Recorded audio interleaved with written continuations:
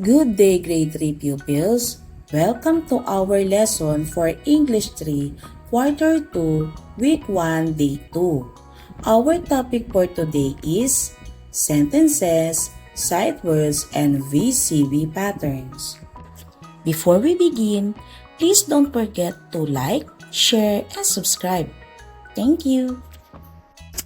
Objectives. At the end of the lesson, the learners are able to decode and write words with the VCB pattern correctly, identify sight words, differentiate a sentence from a non-sentence, use vocabulary words referring to regional themes, express ideas about one's experiences adequately.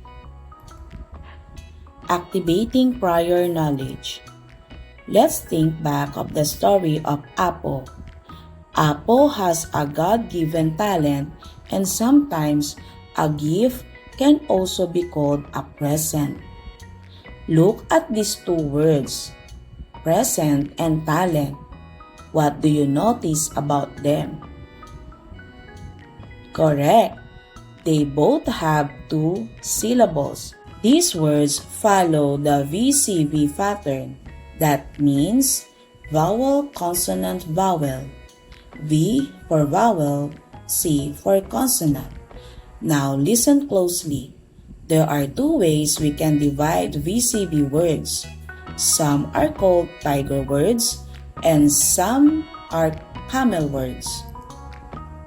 We divide tiger words. We divide the words before the consonant. This makes the first syllable open, so it has a long vowel sound.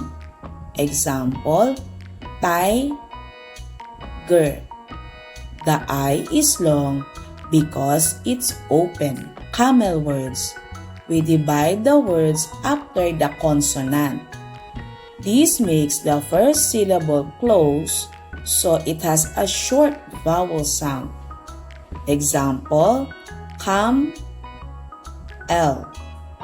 The A is short because it's close. Let's check.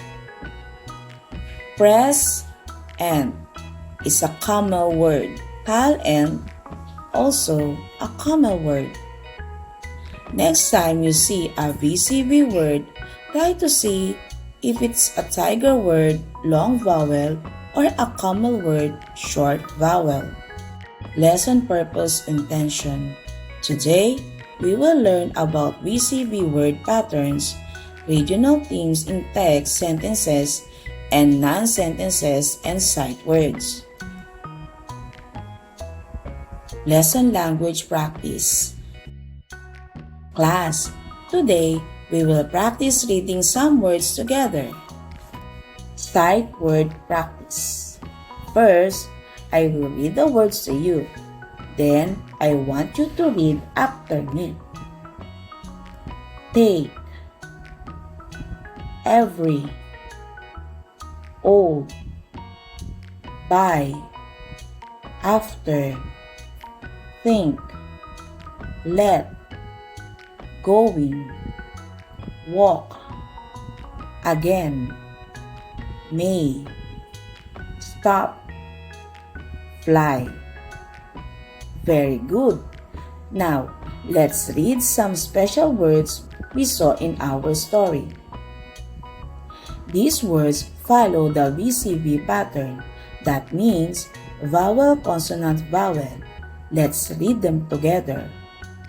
Present, talent, planet, travel, river. Let's talk about what these words mean. I'll give the meaning, then you will try using the word in your own sentence. Present, a gift. Talent, a special skill you are good at. Planet, a large round object in space like Earth. Travel, to go from one place to another. River, a long body of water that flows. Given sentences. Let's read them. I gave my friend a present for her birthday. Lisa has a talent for singing. Earth is the planet where we live. My family will travel to the beach this weekend. We saw fish swimming in the river. Let's look at the pattern of the words. I need some volunteer to come up and write the VCB patterns of one of the words on the board. Present. The VCB patterns or vowel consonant vowels are E, S, E. Talent. The VCB pattern is L, E, N. Planet. The VCB pattern is A, N, E. Travel. The VCB pattern is AVE. River. The VCB pattern is IVE. Good job! As you can see, these are all VCB pattern words. The first vowel is followed by a consonant, then another vowel. We divide the word either before or after the consonant to make it syllable. Reading the key ideas then. Like the story Apple, the Mountain Guardian, the Philippines has many other myths or creation, stories from different tribes and places. Do you know any other creation stories or myths? Maybe from your family, community, or what you've read or heard before. Now, let's read Apple, the Mountain Guardian again together.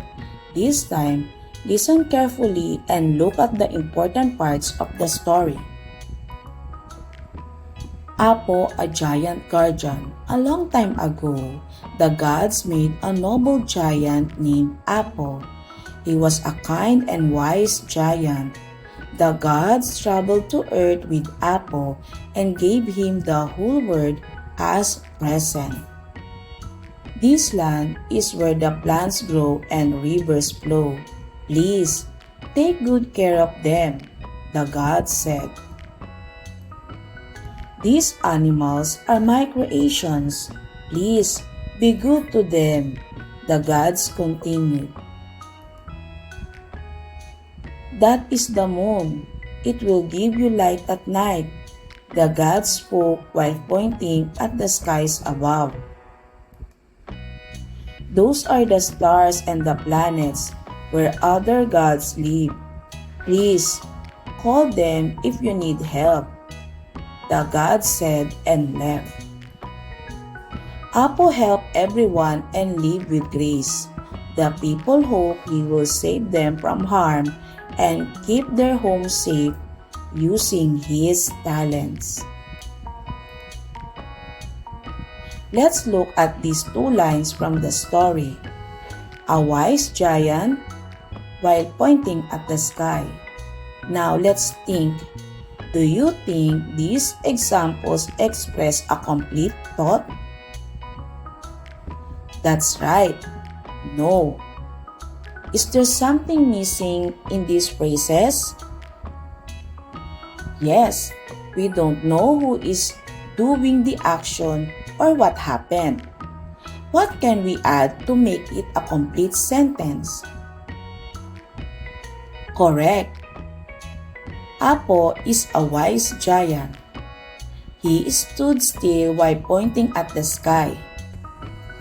Adding Apo to the phrase is a wise giant make it a complete sentence. Adding he stood still to the phrase while pointing at the skies make it a complete sentence. From non-sentence, it became a sentence. Let's remember the difference. Sentence, it expresses a complete thought. It has a subject, who or what, and a predicate, what is being said or done. Non-sentence, it does not express a complete thought. It might be missing the subject or the action. Example, The mountain stood tall. The mountain stood tall. It is a sentence. Stood tall. It is a non-sentence. It's just a phrase. We don't know who or what stood tall. Developing understanding of the key idea stem. Let's practice. Look at these examples from our story, Apo the Mountain Guardian. Number 1. Apo was a kind and wise giant. It is a sentence. It tells a complete idea. Apo is the subject. Was a kind and wise giant is the predicate. It starts with a capital letter and ends with a period. Number 2. Live with grace. It is a non-sentence. We don't know who lived with grace. It's missing a subject. Number 3. The gods traveled to earth. It is a sentence. The god is the subject. Traveled to earth is the predicate. It makes complete sense. Number 4. Please call them if you need help. It is a sentence.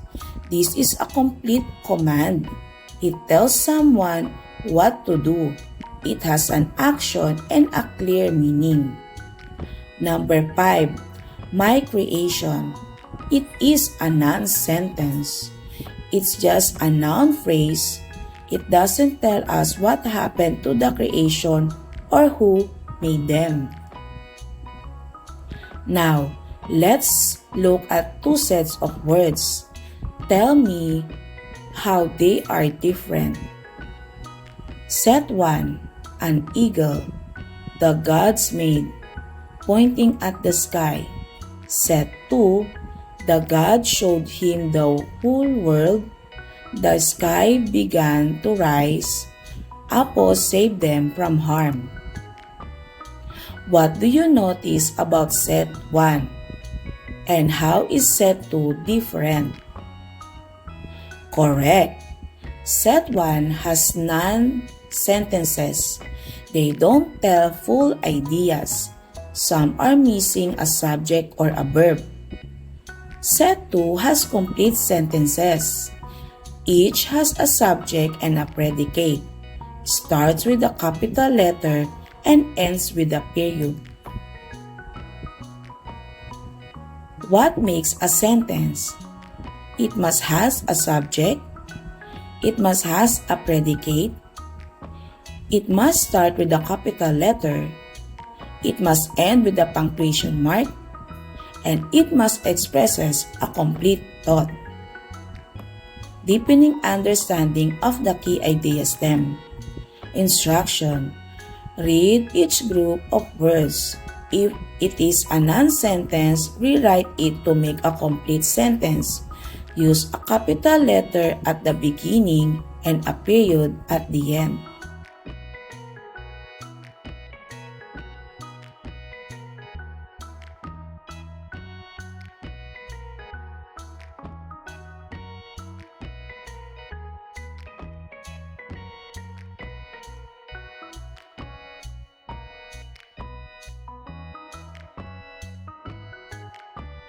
Here are the possible answers.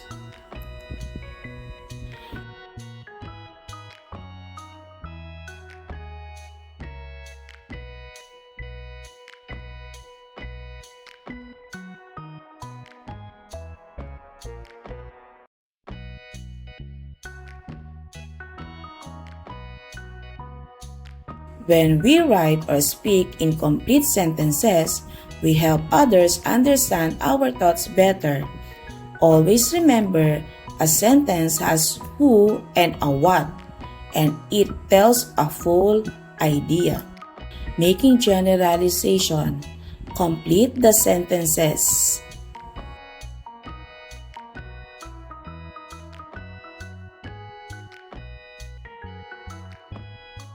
Evaluating learning. Direction. Write S if the given is a sentence and NS if it is not.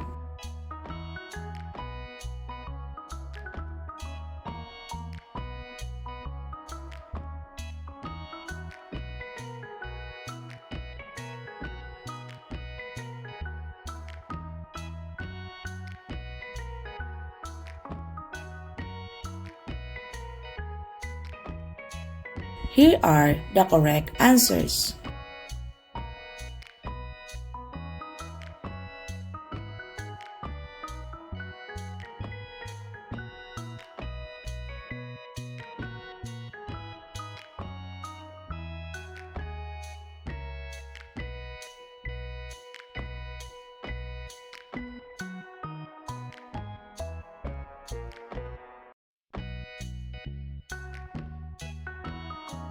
For remediation, use sentence completion activities with the aid of picture for students with oral and written language difficulties. Great job today, everyone! You listened well, shared your thoughts, and work hard. Keep up the good work. Always remember to read, learn, and have fun. See you next time!